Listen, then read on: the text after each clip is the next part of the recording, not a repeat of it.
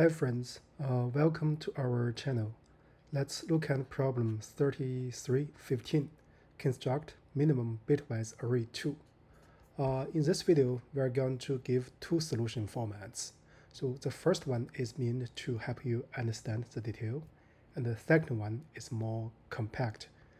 So first, let's quickly look at the problem statement. So here we are given an array nums consisting of n prime integers. So we need to construct an array called answer of the same length as the given array, such that at each index I, so the bitwise OR of answer I and answer I plus 1 is equal to nums I, right? So additionally, we must minimize each value of answer I in the resulting array. So if it's not possible to find such a value for answer I, that satisfies the condition. So then we are going to set the corresponding position in the result to be -1. So actually the first comment is that overall, if you do this problem, here we don't need to be prime. So it can be any integer number. The thing is that for prime number, so only 2 is odd, is even. All the other prime numbers are for sure odd, right? This is the one observation. So you can digest example 1 and example 2. So here, actually the problem, the length of this list is not very long. It's bounded above by 100. And so here, additionally, it assumes that each element in the given list nums is a prime number, right? So here first, I want to comment on this one. If it's not possible to find such a value, such that answer I and answer I plus 1, the bitwise OR equals the corresponding number. So actually, first observation is that for any even number, we should have a -1. In this problem, if the prime is 2, we should have -1. So the reason is that if x is an integer, then x and x plus 1, if you do a bitwise OR, it must be a odd number, right? So this is very easy to understand. So first, if x is even, it means that in the binary representation, the last bit is 0, right? Then the last bit for this number plus 1 will be 1. Then if you look at the last bit, so 0 and 1, so you do bitwise OR, you get 1. Same thing if x is odd, because in this case, the last bit of this number itself is 1, but x plus 1, the last bit is 0, then you still get 0, 1 equals 1, right? Therefore, this observation addresses this problem. So if it's not possible, you are going to get -1. Actually, if the number is an odd number, right? So in any case, so you can find such a answer I, right? So here, let's look at the way we get it. So actually, the short answer is that you can starting from the right, and then you can find the first one corresponding to next to a 0. For example, if you look at 11, so you get this is a binary representation. So you are going to set this one to be a 0. It's going to be something like this. So this way, so you get a result. You can call that one x, right? So for example, 11, you are going to call this one to be x. So this is 2 to the power 3 plus 1, that is 9, right? It's corresponding to this one. So similarly, if you have 5 is like this. So you're going to set this one, the rightmost one, next to a 0, so to be 0. So you get 1, 0, 0. This is the 8. So 8 and 9, so you do same, you get 5, right? So then if you could digest the second observation, then the coding will be rather straightforward.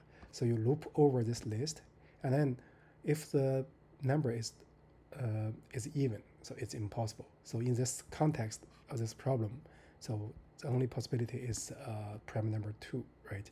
For all the other prime numbers, in particular, they are odd. You can do this one. In other words, you get the binary representation of the number and locate the corresponding one you are going to set to be 0. So the corresponding decimal number is the answer we're going to have. So that's the main idea. So now let's look at the coding. So for the coding, as I mentioned, I'm going to give two formats. The first is to understand the detail. We are going to use some, very detailed implementation. So the second one is more compact. But if you could digest the first one, the second one is actually rather straightforward. So first, let me finish the second part, right? Get the right number. So I'm going to say define get decimal after unset, right? So this n. So here I just need to assume n is odd, right? So in the context of the current problem, because you are given the prime numbers, so it's n is not equal to 2, right? So, but in general, you just need to assume n is odd. This will work. So first, I want to get the binary representation of this number. So get binary representation, and then I want to get the include the zero b, right? So this is the binary string, and then I'm going to make it a list. So you can do that, or you don't need to do that, but let me do that. So then we can get the length of the binary representation. So it's binary temp or binary n. So both are okay. And then I can initialize a flag. So then I'm going to iterate from the right to the left. So for I in range, so the last index will be n-1, but I want to start at 1. So here I'm writing the end to be 0. So decrement will be 1. So if temp I equals 1 and temp I minus 1, notice that this range ends at 1. Therefore, this I minus 1 is always greater than or equal to 0. So this, in other words, makes sense. So if this is the case, so we are going to set this bit to be 0, right? So here, this is a string, but if you like, you can make it an integer, but this is just a small detail, rather straightforward. And then we found this one, right? So we set it to true, then just break, right? Or you can use a while loop and include the font, but this is rather straightforward. So if not found, so you can see this case. So 1, 1, 1, this is corresponding to an 8, right? So we're going to set this one to be 0. So if you have, so this is the n ones, let's use 4 ones. So what we are going to get is will be consider this number. So this number, because there's 3 ones, the corresponding decimal number will be 2 to the power 3 minus 1, right? In other words, this is nothing but 2 to the power n minus 1, right?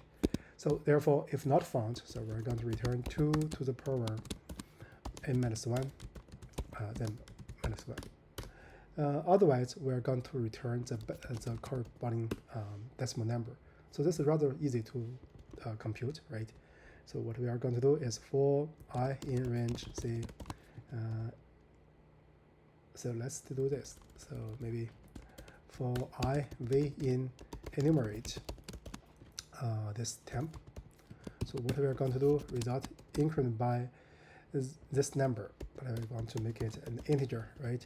The base of the position is 2 to the power n minus 1, the most significant one, so minus I, right?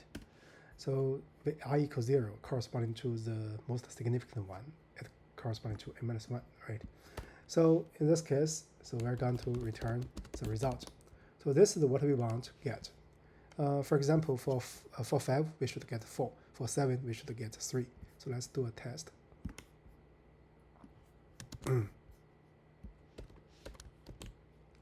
So let's just print out. See, let's test for 7 maybe. So we should get 3, right? Yeah. So actually, this also includes 2. So if your number is 2, you are going to get null, right? It's not due to our implementation, but we can use a edge case check to avoid this. So with this function available, so we can prepare the result. So the result will be something like this. So for n in nums, so if n equals 2, so result append, say, -1. Otherwise, result append, so this number, right? So we just need to return the result. So this is the one version. Let's quickly run it and submit that. Yeah, it passes all the cases, but it's a bit long, right? So overall, what we are doing actually is this. In the second step, what we are doing is that, so from, for example, 11 is this number, right? So if we set this to be 0, this 1 to be 0, right?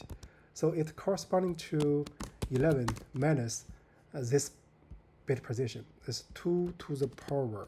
So this corresponding to 1, this corresponding to this 0 and 1, this corresponding to this. So in other words, 11 corresponding to none, right? So similarly, if you look at 13 will be something like this one, right? Let's see. This 2 to the power 3 is 8. This is 5, right? So this is 11. So we are going to set this one to be 0. So this will be 1, 1, 0, 0. So this 1, 1, 0, 0 is nothing but 1, 1. So it's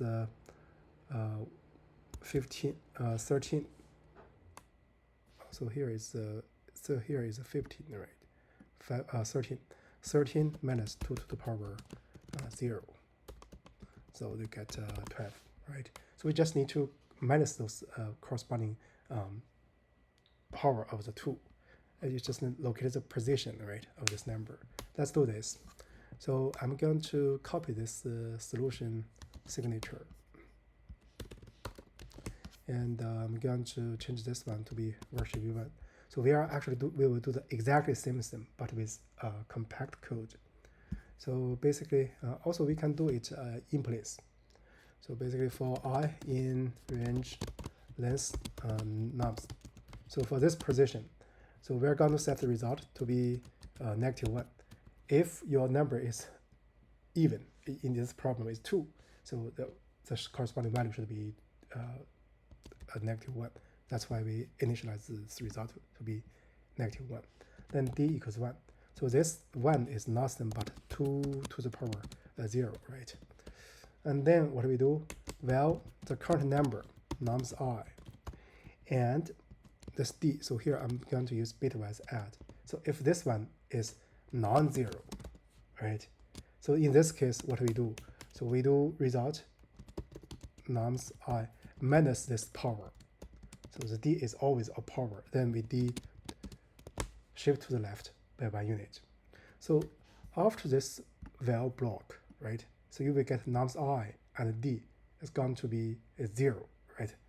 So in other words, we found the bit position corresponding to this is non-zero. And then if we shift again, you're corresponding to 0. So what we are going to do is we set nums I to be this result. And then we just return nums. But you know, this alters the input. If you like, you can initialize in number and do append. But let me run this.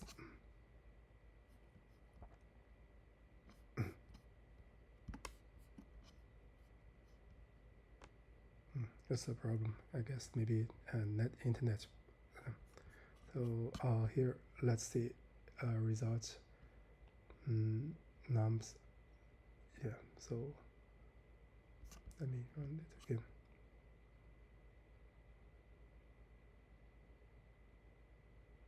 Oh, so here I forgot shift equals, right? Let me run it. Yeah, it passes the 2 cases. Now let's submit, right? So this is exactly the same thing. So you can see here, if you use 11, right? So this 11, if you minus the d is 1, so you minus 1, so it's still non.